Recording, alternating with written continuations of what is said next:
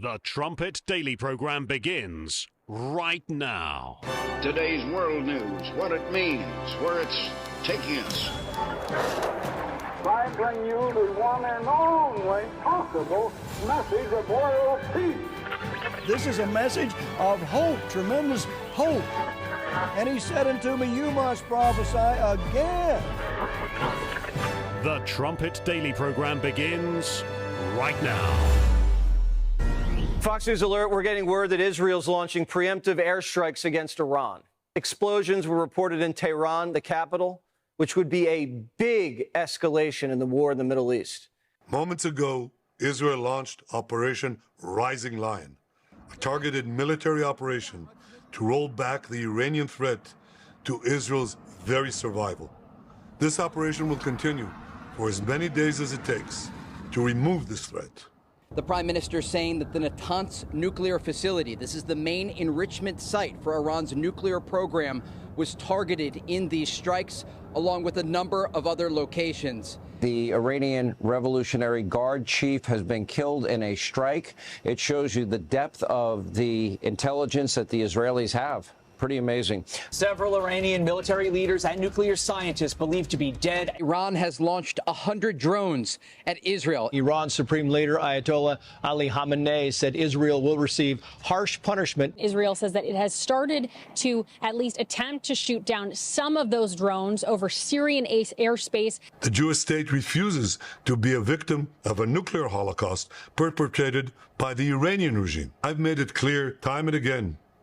Israel will never allow those who call for our annihilation to develop the means to achieve that goal. When someone comes to kill you, rise and act first. This is exactly what Israel has done today. We have risen like lions to defend ourselves.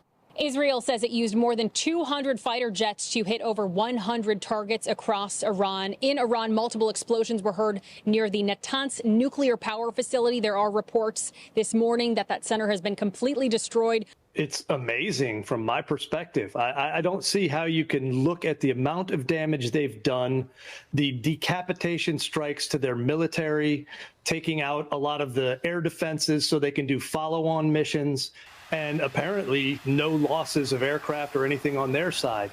It's a long way from a finished game, but this is one heck of a start for Israel to take out the most dangerous enemy in that region. No let up. It just intensifies world events. This week we've had a study in contrast looking at this incredible review that the Jerusalem Post gave to Celtic Throne 2. That was on Wednesday, June 11th. And then the next day, we even said when we went through that, how amazing it was to just see pictures of Celtic Throne 2 alongside pictures of tanks and armaments of war. And then the very next day after that beautiful review, a review that talked about just how wonderful this show made you feel. I think I had the exact quote here later on in my notes, so I can't find it at the moment. Here it is. The Irish Dance Troupe's show was 2 hours of sheer musical and dance energy that made you feel good and happy and very much alive. And then the very next day, you're reacquainted with how war-torn this world really and truly is. You're listening to Stephen Fleury, and this is the Trumpet Daily. We appreciate you joining us on today's show. You can get to the live video stream at trumpetdaily.com or at the Rumble channel, rumble.com/Trumpet Daily. A lot to get to on today's show, and I thought I would start with a tweet. This comes from a pastor, a man of the Bible, evidently, supposedly, a theologian. He said today, I often point out that there is no reason to think Jesus is coming back soon, and many reasons to believe his final return may be a long time off. I look at these events in the world and I think, Christ isn't going to come back. If he does, it's going to be a long time into the future. Think about what Peter wrote in 2 Peter 3. He said in the last days, scoffers would come. How could you, especially as a man of the word, how could you look at this world and conclude that Christ isn't coming back? Well, he's not alone. A lot of people think that way. It was tweeted out or retweeted by a very popular conservative columnist, one that we follow. Lots of good conservative commentary. But when it comes to the promise of Christ's coming, people scoff. Even men of religion scoff. They just don't believe it. How about if you just get into the Bible and read it? How about if you just get into the Bible and study it? I mean, we're living in a world that is about to explode. In fact, it was exploding last night. This incredible strike on Iran. So successful from Israel's standpoint that Iran couldn't even retaliate. I mean, its leadership of the military was decapitated. Again, just like Hezbollah's. Took out the leaders, took out the lead scientists, took out all the missile launchers, or at least most of them. And then we'll see what comes of those two nuclear facilities that are underground. The one of them, Fordo, I think it is, under a mountain. So there's weapons buried deep beneath the Earth's surface in Iran. But from all the initial reports, it looks like this operation, 8 months in training. And just think, we brought this out too with respect to that strike, Ukraine's strike, deep into the heart of Russia using drones and so on. I mean, we're coming into a new kind of warfare where you can strike at someone suddenly. I mean, some people were writing that the U.S. moving its embassy staff out of Iraq and other areas. I mean, you couldn't have telegraphed this more. And yet still, you have these very precise strikes, taking out some lead guy over the IRGC, and then the neighbors right next door in this apartment building, they're unscathed. I mean, that says something about Israel's intelligence, about the precision of these weapons. But then the suddenness of this strike caught Iran completely off guard, even though it was telegraphed. They were not expecting this. They were preparing to drag out the negotiations with America over its nuclear program again on Sunday. They've been just wasting time. And you don't know how much America knew about this. I mean, the fact that they evacuated their staff in areas close by suggests that they knew at least. But going by the initial statements, America came out and said, this is Israel acting alone. We didn't have anything to do with this. Play this from Live Now from Fox. This is clip 5. For years, the Iranian regime has called for the destruction of the state of Israel, planning and advancing concrete military plans to do so. Over the past few months, intelligence has shown that Iran is closer than ever to obtaining a nuclear weapon. This morning, the IDF began preemptive and precise strikes targeting the Iranian nuclear program in order to prevent the Iranian regime's ability to build a nuclear bomb in the immediate time frame. We have no choice. We are operating against an imminent and existential threat. We cannot allow the Iranian regime to obtain a nuclear weapon that would be a danger to Israel and the entire world. This operation is for our right to exist here. You have a Western nation, a prosperous one, a powerful one, talking about its right to exist because there's other nations in the world that think Israel doesn't have a right to exist. And what happens when a nation that thinks that way gets a nuclear bomb? You can see why Israel acted last night. Some suggesting that they were maybe days or weeks away, Iran, from getting a nuclear bomb as they continue with the enrichment of their uranium. And they keep telling the United States, no, we're going to keep our program going. Death to America, death to Israel. And Bibi last night was right to remind us giving his speech in English. Here's a warning from a modern day Churchill saying that, look, we're the little Satan. They see America as the big Satan, the big enemy. And we want to negotiate with them. Operation Rising Lion. I mean, there's images of lions even in Celtic Throne too. And of course, that's what little Judah is known as in the Bible. A lion, because they've got lion-like courage. You had Michael Oren on the, well, I'll play the clip a little bit later, but he basically said this has been, Benjamin Netanyahu's lifelong mission. Israel's survival. Preventing Iran from getting a weapon that would wipe Israel out. Pretty amazing attack. A new kind of warfare. Here's Bibi from last night, clip 1.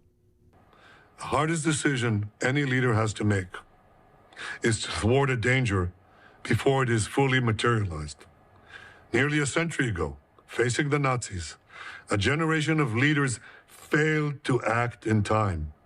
They were paralyzed by the horrors of World War I.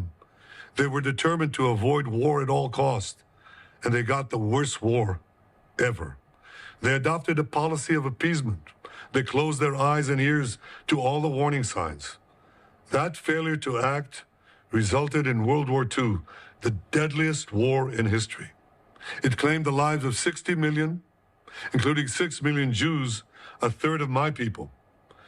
After that war, the Jewish people and the Jewish state vowed never again. Well, never again is now. Today, Israel has shown that we have learned the lessons of history.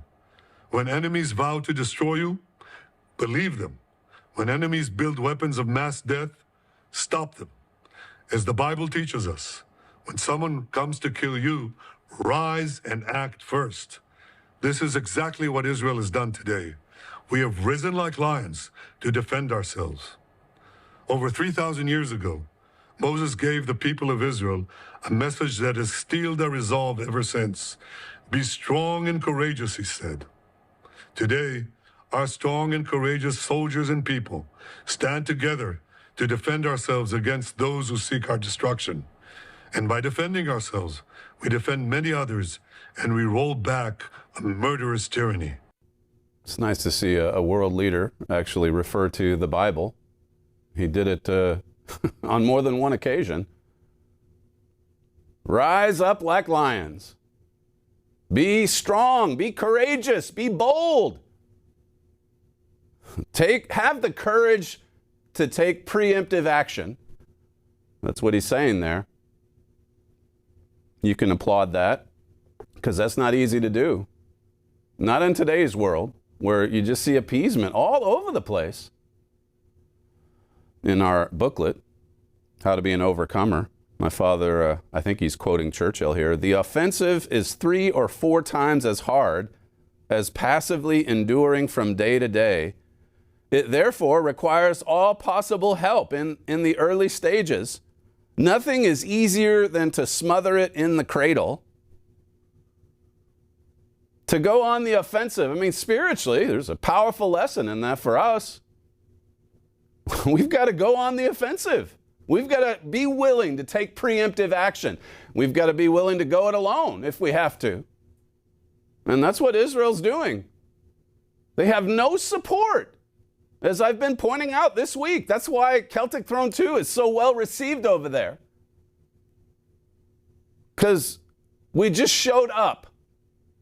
We just showed up to do a show that makes you feel alive and good and happy. Even as the rest of the world is abandoning Israel, and even as Israel's neighbors are working tirelessly to create weapons to destroy all Jews. That's today's world. That's the world we live in. This pastor who tweeted out, I don't think Jesus is going to come back anytime soon. What a message. What is wrong with these people? These are people of religion saying this? He said, I think there can be no question that Christians have been far more effective when they take a long-term view of history rather than when they think Jesus is coming back at any moment and probably very soon. I guess he must think that the first century apostles were just, crackpots.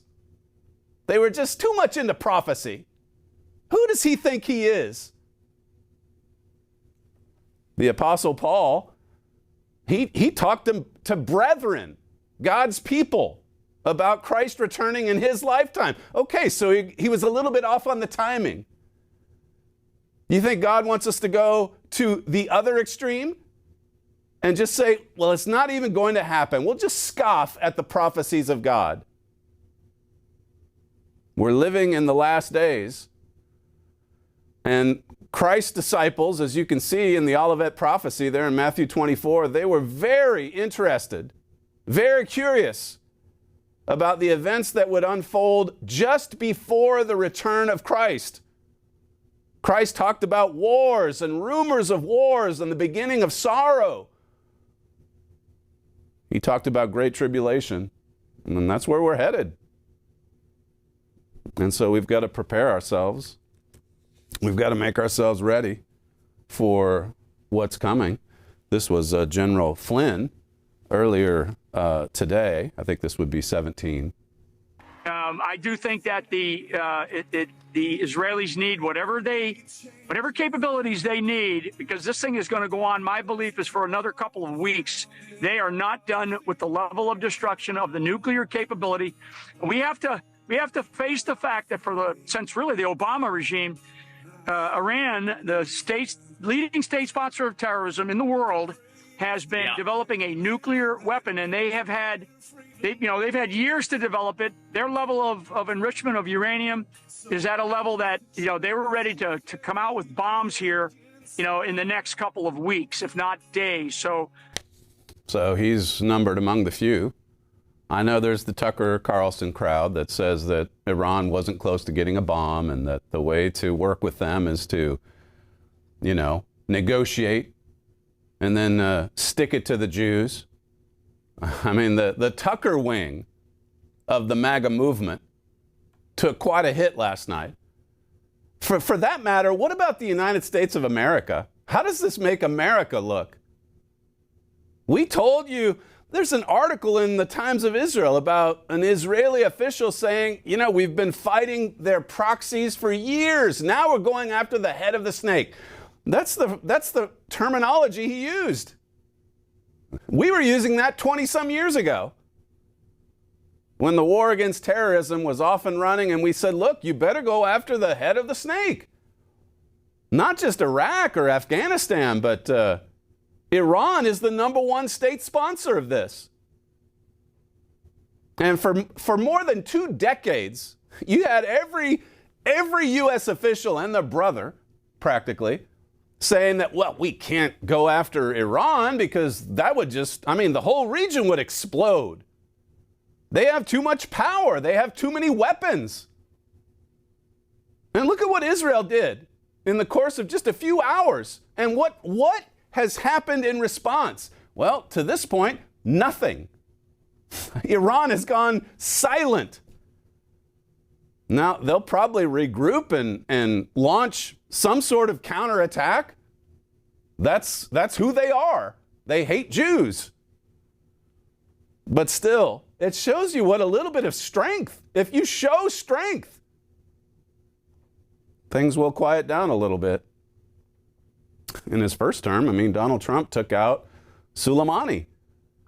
And there was a period of quiet and rest.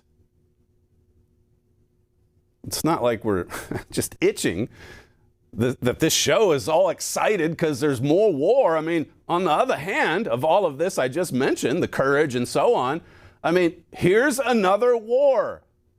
Here's another forever war. This is just the latest chapter in this ongoing fight to destroy Israel. And Bibi is a man on a mission. This is his life's calling, to make sure that the Israeli state survives, to make sure, as you heard there, that there's not another Holocaust that comes from, in this case, the sky.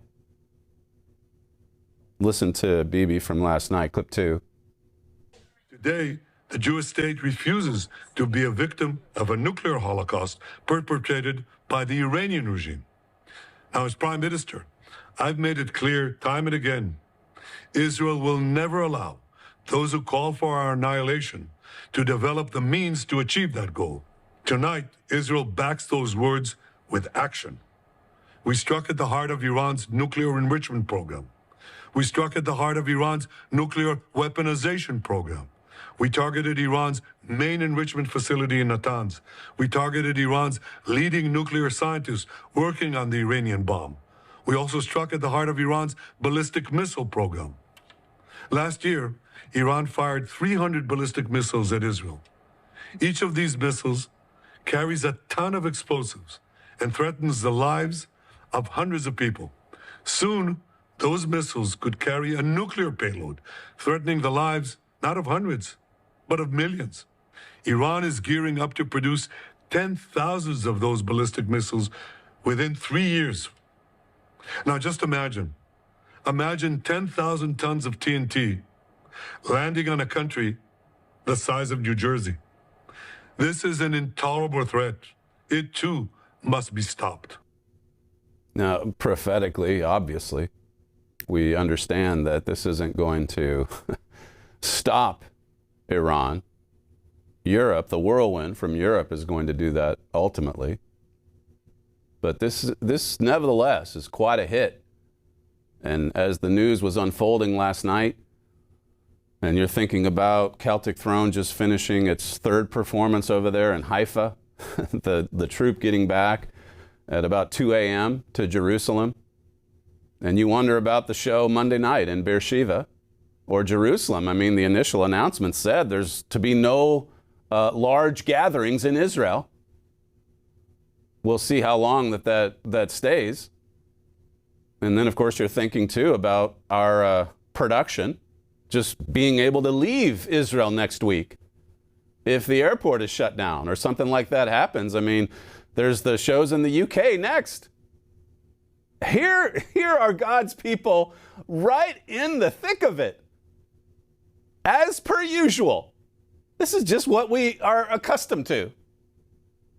We had a gathering over there for a high holy day in Jerusalem on October 7th, a year and a half ago, when Hamas attacked. And the sirens went off in Jerusalem. And sirens went off in Jerusalem again last night. What a contrast when you look at Celtic Throne. A glowing review, June 11th, and then June 12th, Operation Rising Lion. Prime Minister Benjamin Netanyahu hinted at the launch of Rising Lion targeting Iranian nuclear sites in a note placed in the Western Wall on Thursday, hours before the planned launch of strikes. So he went to the Western, like I said, you couldn't have telegraphed this more. And yet still, Iran was sleeping.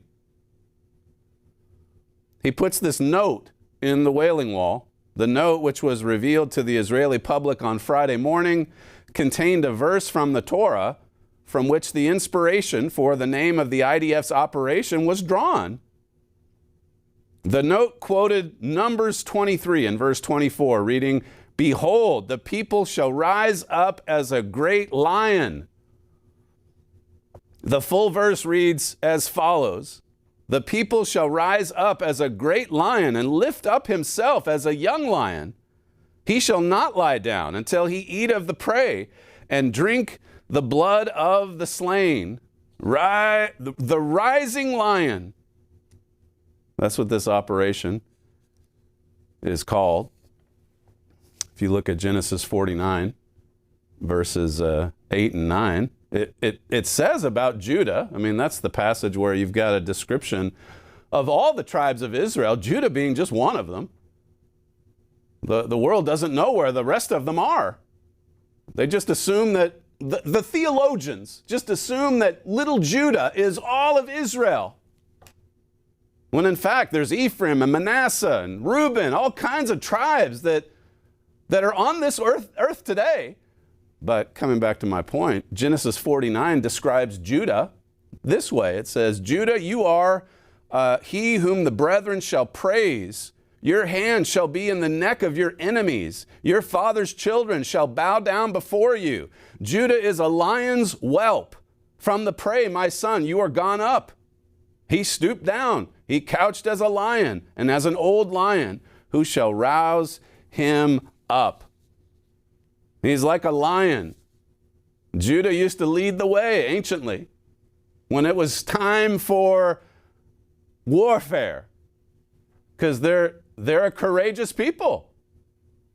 They have the spirit of striking preemptively if need be.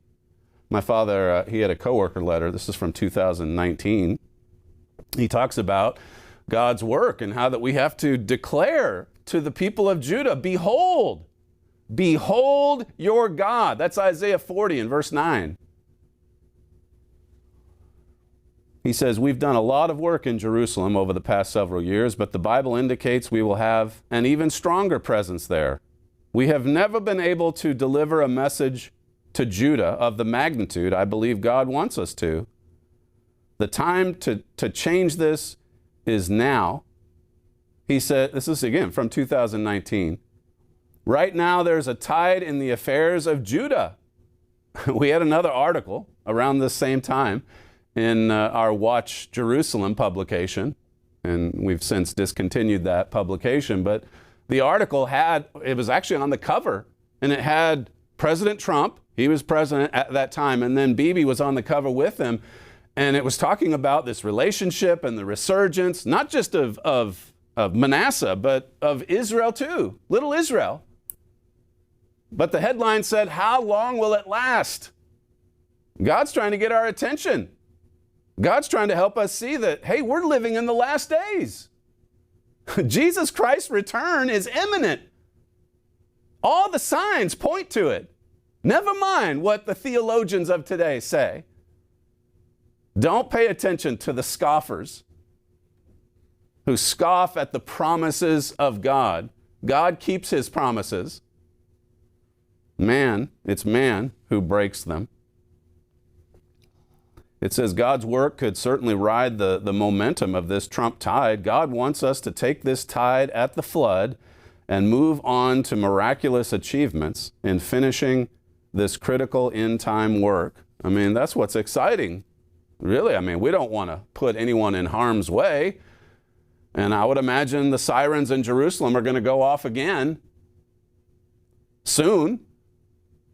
But God's work is being done. And that's exciting. God's reaching the cities of Judah. Right now, it's with this beautiful message that's played out on stage. The show was 2 hours of sheer musical and dance energy that made you feel good, happy, and very much alive. That's the message that this world needs. That's the message Judah needs. Behold your God! Exclamation point. And you're seeing all of these prophecies being fulfilled. Isaiah 40, Isaiah 22, Amos 7. We're living in some pretty significant and dramatic times. And coming back to America and its weakness, America could have done what Israel did last night. America could have done it 20 years ago. And you wouldn't even hear a peep out of Iran over that time. But we didn't have the courage. And that's fed into the MAGA movement's thinking on the forever wars. And it's hard not to sympathize with them. Who wants to send your boys off overseas where you can't even win a war? And all you have are rivers of blood and trillions of dollars spent. And so now you've got the isolationist movement is strong. Just don't get entangled in anything in the Middle East, in Ukraine, anywhere in the world.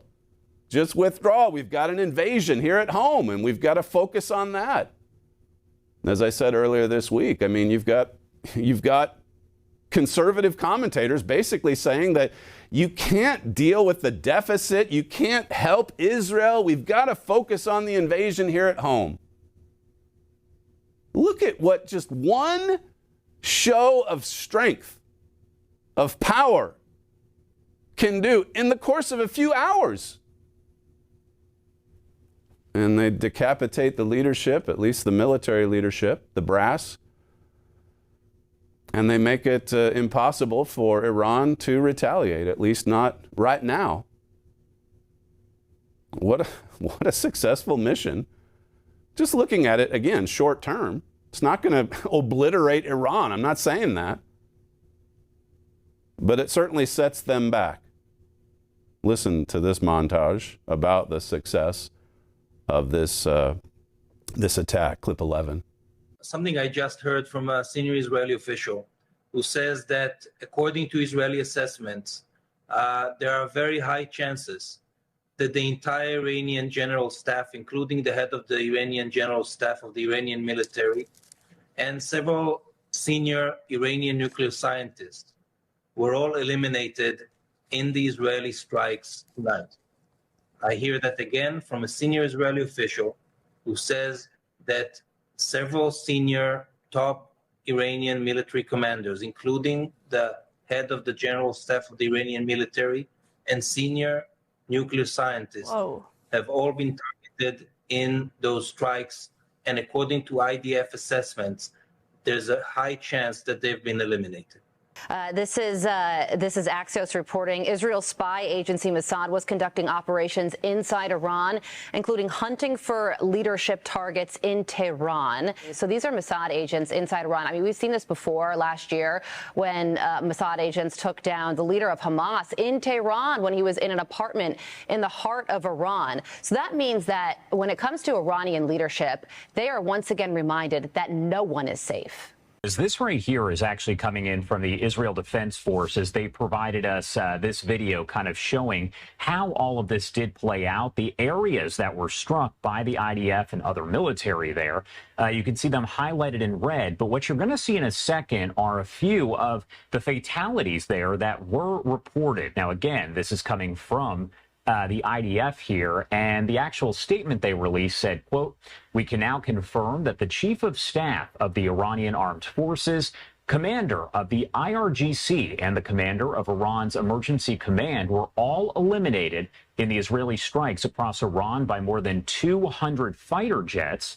These are three ruthless mass murderers with international blood on their hands. The world is a much better place without them." We're now learning how Israel carried out the attacks. According to reports in several Israeli outlets citing a source, the Mossad spy agency reportedly began smuggling missiles into Iran several months ago and then secretly installed explosive drones deep inside the country to lay the groundwork for this overnight attack. I'm still in my safe room. We all have bomb shelters in our homes, but the Israeli military has announced that we can leave these homes. If you look out my window here, you can see people in the street, which means one thing and one thing only, that the threat of being pummeled by thousands of long-range Iranian ballistic missiles, each carrying warheads of 2,000 pounds of TNT, has disappeared. And it means that somewhere along the line, in addition to taking out the four top military leaders in Iran, nuclear scientists, the Natanz, the nuclear facility, and rocket launchers, somehow Israel has completely neutralized the threat against Iran. That doesn't mean that rockets can't come later on, but it's an extraordinary, extraordinary moment, and one that can prove utterly transformative for the entire Middle East. Wow, that last comment there, that's from Michael Oren, the conservative author. He worked for Benjamin Netanyahu, I think, 10 years in politics. We were actually scheduled to interview him next Wednesday with our trip to Israel. I haven't mentioned this, but we were scheduled to leave Sunday. We'll see if that holds.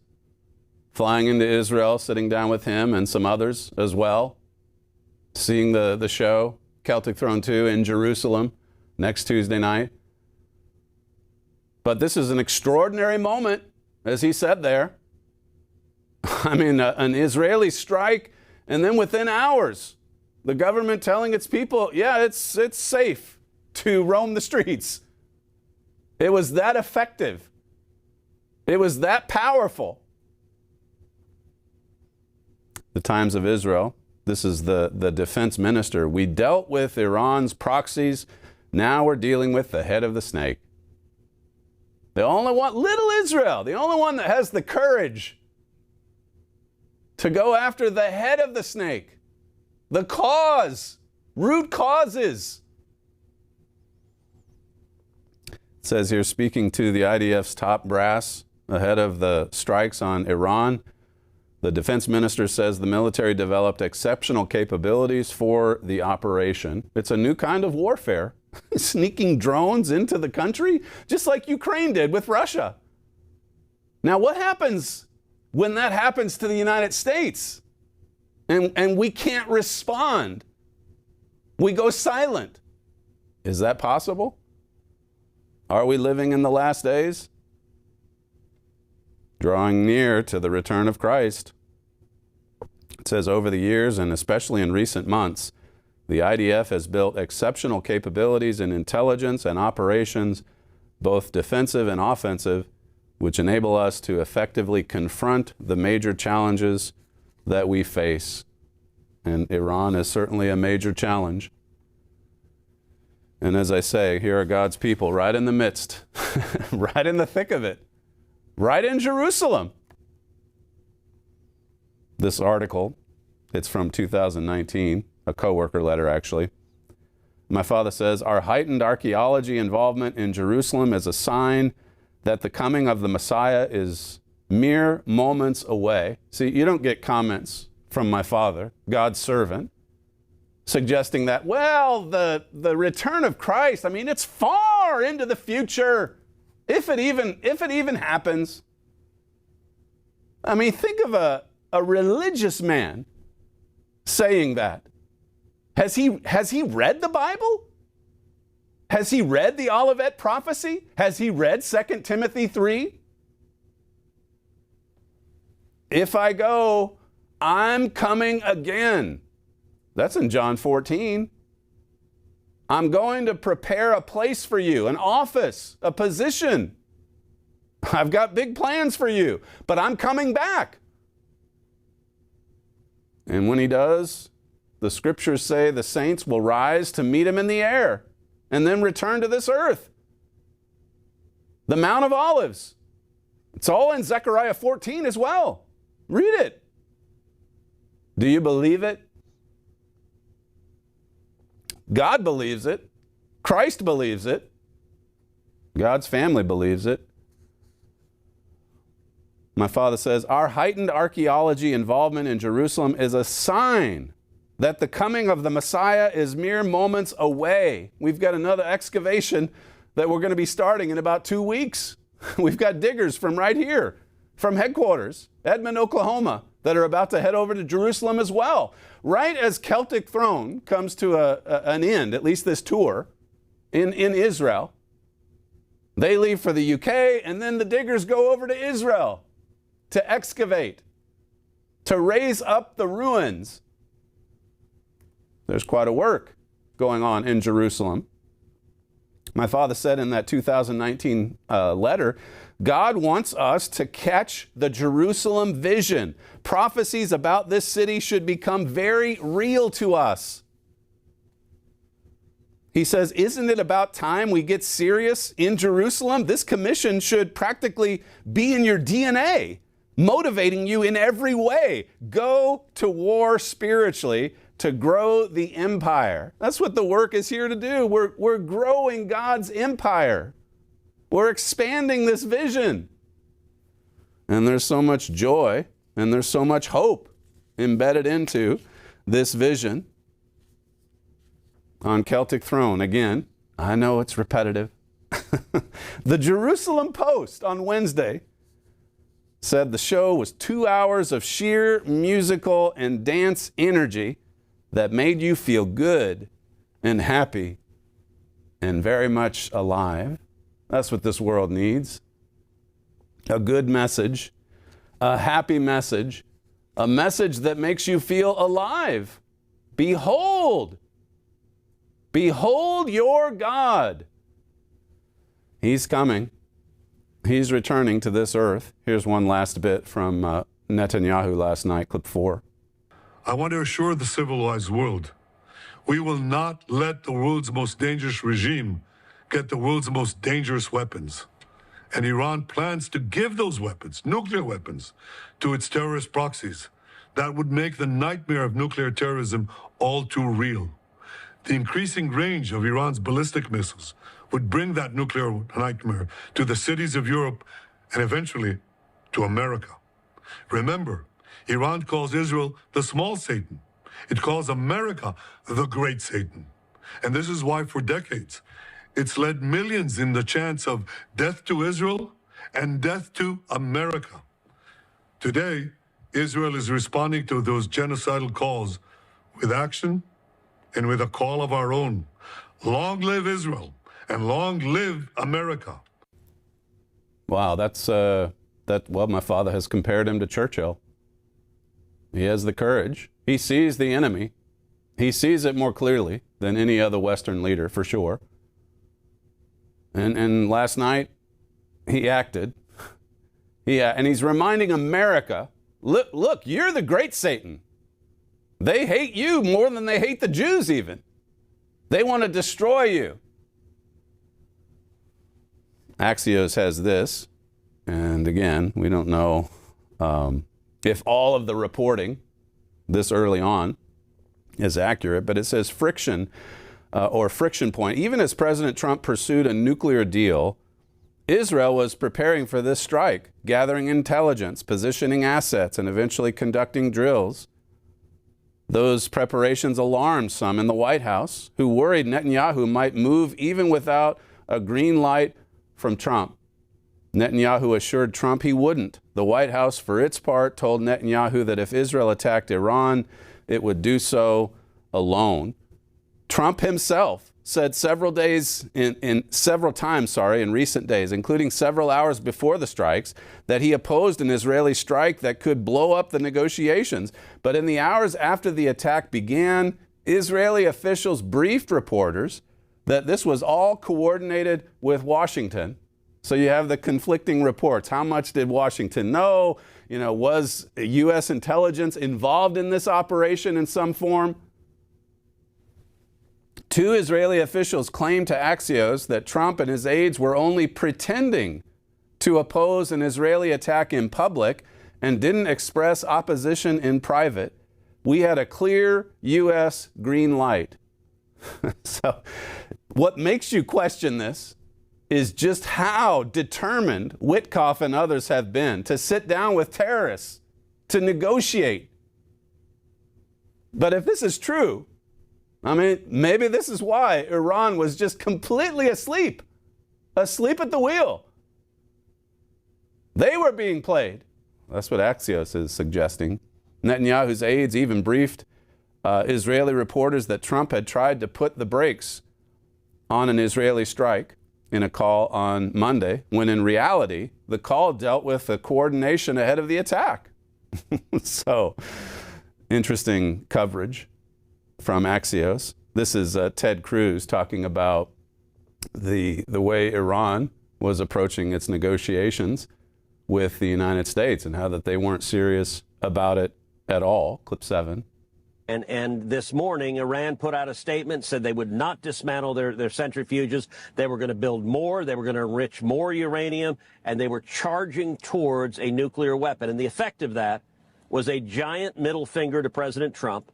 And it was also telling Israel, you had better strike now, because if you wait any longer, we will have a nuclear weapon and we will use that to murder millions of your citizens. And I think we're seeing the direct consequences of Iran's defiance and their genocidal desire to murder as many Israelis as possible.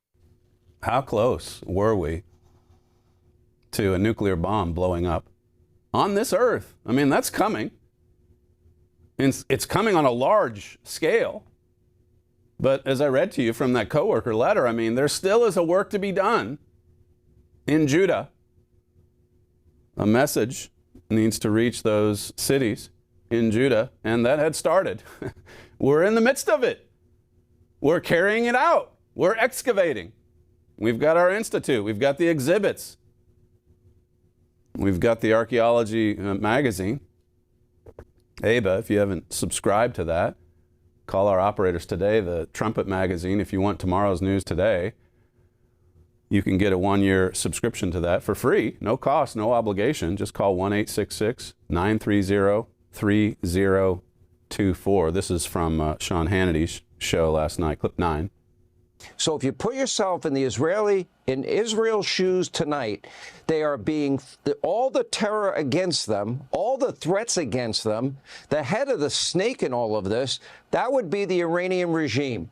They're the ones that have started this. They're the ones fomenting this. They're the ones responsible for all the death, all the destruction. I want the American people to know that we stand on the side of a free people, of a democracy. This tiny little country is now fighting a war for their survival. They're fighting a war for the United States because these intercontinental missiles are meant for us. How do I know? Because the enemy has told us. They're fighting a war for Europe. Europe that keeps trying to destroy this little country through the UN and their own laws and so forth.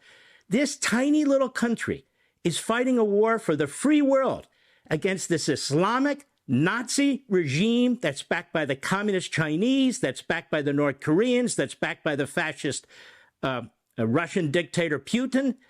And we should be supporting Israel every step of the way. That's Mark Levin, of course. And he really triggered Tucker Carlson last week because evidently Levin had a private luncheon with President Trump, where, according to Tucker, he was lobbying or urging President Trump to get behind a strike on Iran. Donald Trump, as you know, he's got a lot of people in his ear that want for Trump to abandon Israel. And judging by that Axios piece, it doesn't look like that happened. He's got a few others in his ear, like Mark Levin, who understands the seriousness of this threat. And how that those long-range missiles are not for Israel, but they're for the United States. Israel acted on behalf of America, as Levin points out there. Here's a bit more from Levin, clip 10. Think about it, America. Let's say a nation in Central America had thousands of ballistic missiles, and they'd already shot some at us. You'd think we'd take kindly to that, and that same nation was within a hair's breadth of having nuclear weapons and building missiles specifically so they can reach us. Do you think we would put up with that for a second? Well, just because Israel is small, they're not going to do it. It's a nation of warriors. Just think about what this tiny little country is doing and is up against tonight. Those countries in Europe that are organizing against Israel and want to create a separate Palestinian state, shame on you. You are damnable. You are disgrace. You should be backing Israel. You should be supporting what they're doing. Just because you sold out your country, just because through immigration you've destroyed your country, doesn't mean Israel should roll over and play dead. That's Mark Levin on with Sean Hannity. Melanie Phillips had a piece. The nightmare scenario arrives. I think she wrote this right before Operation Rising Lion was off and running. She says, the final chapter in the Iran nuclear crisis may now be upon us. U.S. Defense Secretary Pete Hegseth told Congress that there were plenty of indications that Iran was actively moving toward a nuclear weapon. There have been numerous reports that Israel is preparing to strike Iran's nuclear sites in the coming days. Washington has withdrawn non-essential staff from its Baghdad embassy and has approved a voluntary evacuation from U.S. embassies and locations throughout the region. And so in a lot of ways, I mean, people knew this was coming. People, I guess, outside of Tehran. The expectation of imminent attack may or may not be premature. We may be watching another episode of brinkmanship as yet another negotiating ploy. Again, she wrote this right before the attack. What does seem certain is that Iran has now reached the nightmare point that has been feared for so long, that it is about to assemble a nuclear weapon. Israel can't tolerate that. If President Trump decides that the United States won't join an attack on Iran's nuclear infrastructure, then Israel is preparing to go it alone, even though that would restrict it to damaging the nuclear sites rather than totally destroying them. It's quite a setback, but without U.S. firepower, you can't totally destroy Natanz or Fordow, however you say that second one. They're deep underground, and you need powerful bombs to wipe them out. That said, Israel did manage to wipe out quite a lot of the leadership, the scientists, the missile launchers, a drone attack, a new kind of warfare.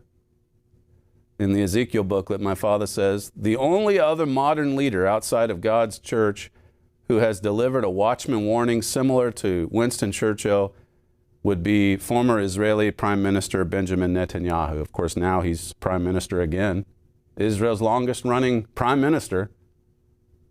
And my father in the Ezekiel booklet comparing him to Churchill. It says, when Barack Obama started negotiating a nuclear deal with Iran, the world's leading sponsor of terrorism, only Mr. Netanyahu came to speak before the U.S. Congress, warning them of the catastrophic consequences of such a nuclear deal. This has been his lifelong mission. Warning in the spirit of Churchill. And last night, he carried out this audacious surprise attack, and Iran, at least for now, has gone silent. We will conclude today's show. I don't want to skip another segment of World Watch. It's Friday. Hard to believe we're already at Friday. So we'll finish off today's show with this week's World Watch segment. You're listening to Stephen Fleury, and this is the Trumpet Daily. We thank you for joining us today, and we'll see you next time.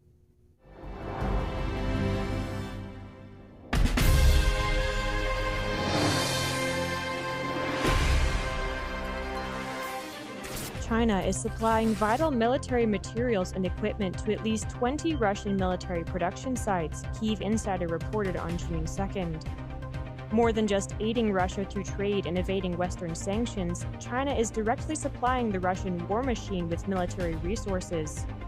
In April, Ukrainian President Volodymyr Zelensky announced that Ukraine had intelligence of China supplying artillery and gunpowder to Russia.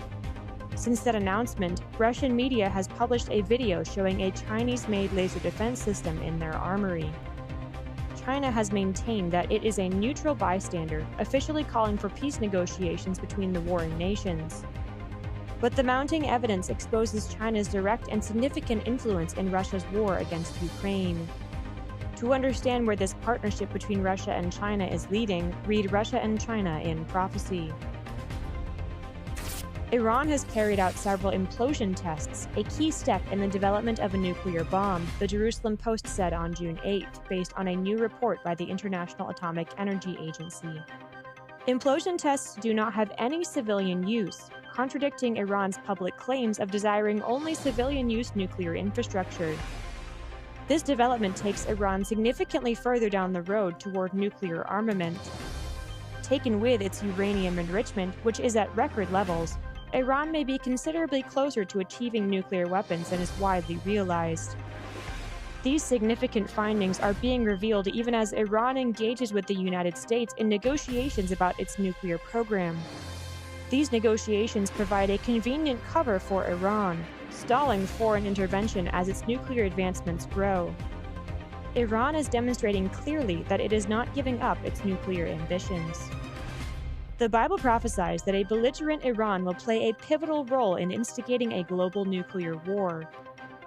As the Bible foretells, unless America and the world recognize the extreme danger of a nuclear-armed Iran and turn toward God, they will face serious consequences. To learn more, read Face the Truth About Nuclear War. The leaders of Japan and South Korea pledged during a call on June 9th to work toward laying aside decades of animosity between their nations and fortify cohesive bilateral ties. During the 25-minute call, Japan's Prime Minister and South Korea's President acknowledged the need to cooperate more closely. The two nations currently aim to build an alliance to better stand up to powers like China, Russia, and North Korea. As the U.S. retreats, expect Japan and South Korea to recalculate and switch their allegiance to the axis led by Russia and China, which is prophesied to field an army of 200 million soldiers. To learn more, read Japan Attempts to Build Anti-China Alliance. Will it work? To learn more about current world news and how it relates to Bible prophecy, please visit thetrumpet.com.